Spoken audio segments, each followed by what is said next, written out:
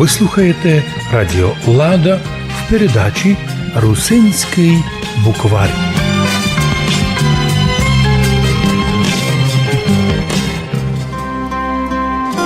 Про що писала газета «Християнська родина»?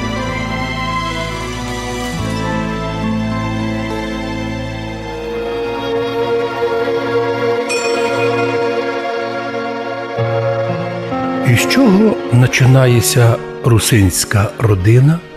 Відповідь дає історія.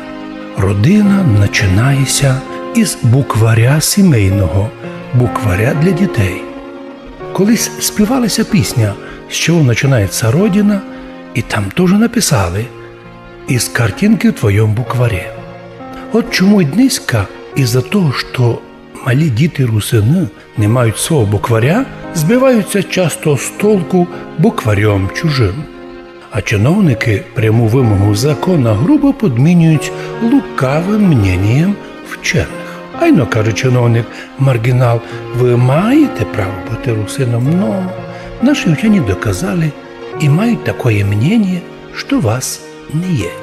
Многі із русинов кажуть, а хто вам дозволив совершати подмену закона? Так у цей світ вийшла нова форма у 21 віці грубого нарушення прав людей путем ігнорації прав. Чиновники не кажуть «не да, не ніт». І в суд не даш, і прав не маєш.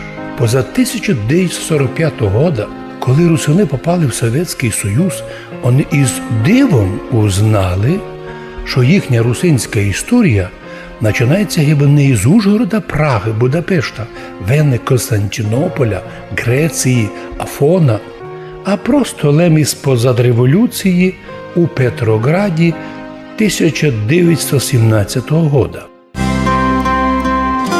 Про що писала газета «Християнська родина»? Періодично колонізованим людям вбивають клину голову, що от знову нова свобода, новий вождь об'явився, тягне в новий курс, знову новий путь, і наскоро, і наново придумані вождьом старі збиті казки колонізаторів для колонізованих широко печатаються і обсуждаються в пресі.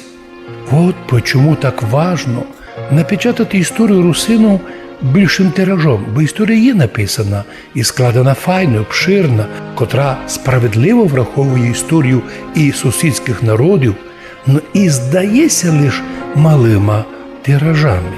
Но і чим май скоро проситься напечатати красний, современний русинський буквар, який випустити би треба із картинками, із історичних событий, легендарних личностей, із многими фотками, написанням крилатих русинських фраз, восстановленням своїх мудрих русинських приказок, духовно-моральних наставлень, украшенням храму, храмової молитви, проповіді по-русинськи, восстановленням старих русинських крепостей і замків, обновлення старих русинських школ і строительство нових, охраненням своїх гор і лісових рік і бережне отношення до своїх русинських будителів, патріотів і вірних народу синов.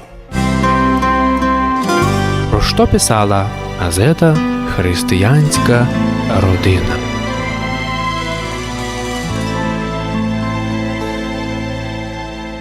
Колонізатори ніколи не дозволяли місному населенню мати свою історію, свій язик, а їхнім дітям забороняли мати буквар на їх материнському язикові.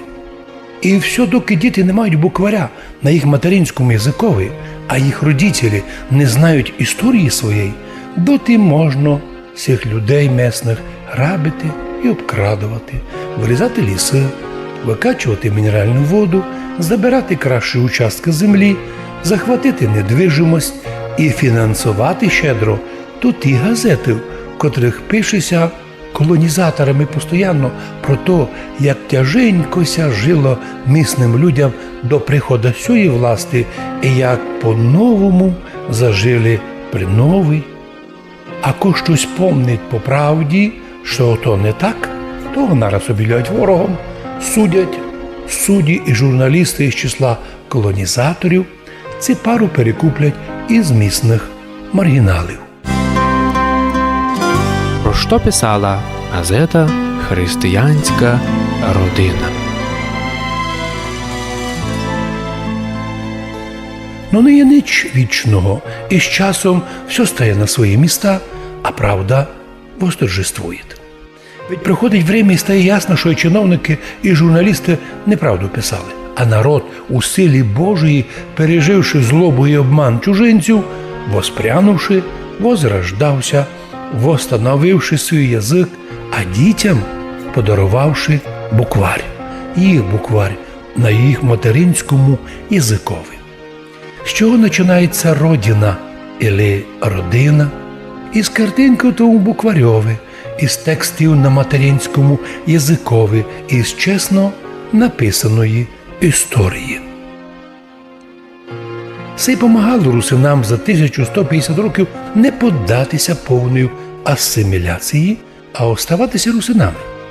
Присокотили вони свій язик, культуру, спів, візантійський образ мислі і візантійське православ'я.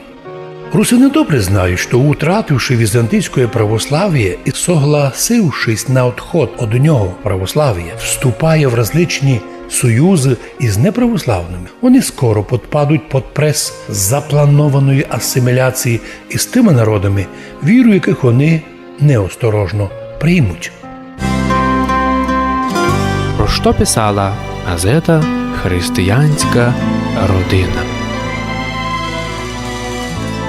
Історія русину в Європі доказала з великою масою доказів, що там, в той державі, де русинів оттягли від православ'я, там починається і йде повним ходом запланована асиміляція русинів.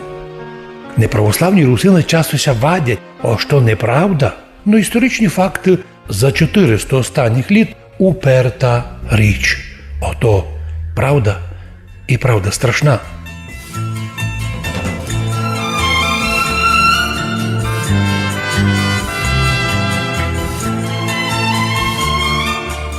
Кращі сини русинського народу, де б вони не оказалися, держаться свого русинського, древнього, святого.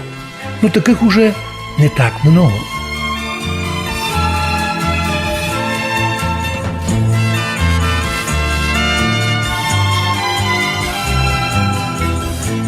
І твердо русини вірять, що нам удасться сохранити і русинську націю, і візантійську подлинну духовність і євхаристичне єдинство із Єрусалимом до второго пришествия Христового, про що нам заповідали наші будителі, між ними наш родний, благословенний будитель русинського народу Олександр Духнович.